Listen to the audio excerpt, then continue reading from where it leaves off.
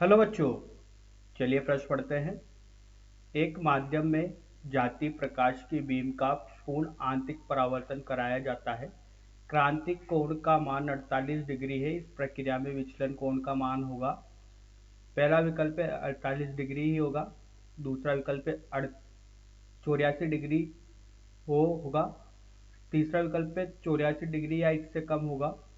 चौथा विकल्प है 84 डिग्री या इससे अधिक होगा। तो आइए बच्चों, प्रश्न के लिए सर्वप्रथम मुख्य उदाहरण की चर्चा करते हैं। तो देखिए बच्चों, प्रश्न के लिए जो मुख्य उदाहरण होगी वो कुछ इस प्रकार से होगी। देखिए बच्चों, स्नेल का नियम बच्चों यहाँ पर बताता है। स्नेल के नियम की अगर बच्चों चर्चा करते हैं तो वो होता है बच्चों स्नेल का नियम म्यू1 साइन आई बराबर साइन आर के। अब बच्चों अगर विचलन कोण की बात करें तो विचलन कोण होता है आई धन आई डैश ऋण आर धन आर डैश। तो आइए बच्चों इस मुख्य उदाहरण के आधार पर प्रश्न को हल करते हैं। तो देखिए बच्चों, यहाँ से एक प्रिज्म का निर्माण करते हैं बच्चों, ठीक है। और इस प्रिज्म पर बच्चों एक किरण आपतित कराते हैं। जो बच्चों इसका आपतन कोण होगा वो कितना होगा बच्चों?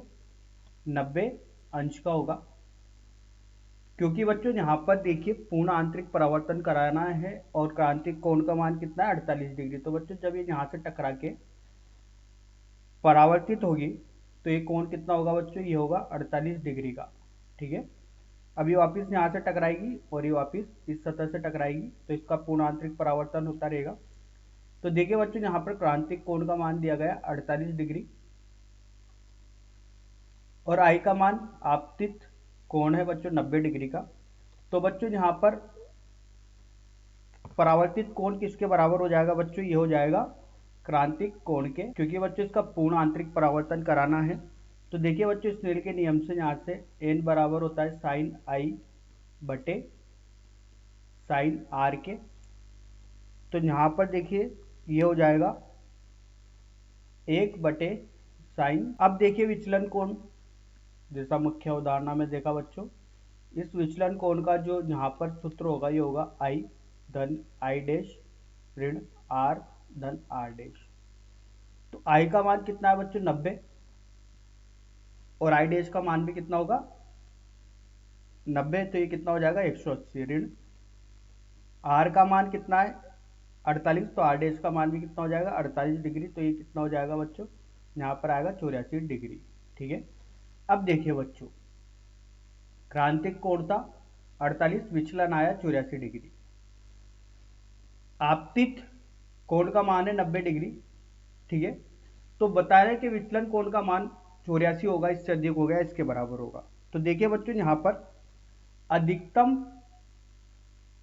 आपतन कोण हो सकता है 90 डिग्री। तो विचलन कोण कितना मिला है बच्चों? वो मिला है यहाँ पर 84 डिग्री। तो ये जो विचलन कोण होगा वो 84 डिग्री होगा या इससे कम होगा। क्योंकि बच्चों यहाँ पर आई का मान बढ़ाने पर ही विचलन कोण के मान में परिवर्तन तो होगा। तो आई ये इसका अधिकतम मान है, ठीक है। तो इससे कम ही मान प्राप्त होगा बच्चों इसका। इसलिए बच्चों यहाँ पर सही विकल्प होगा तीसरा विकल्प 84 या इससे कम। आशा करता हूँ आपको यह समझ में आया होगा। धन्यवाद।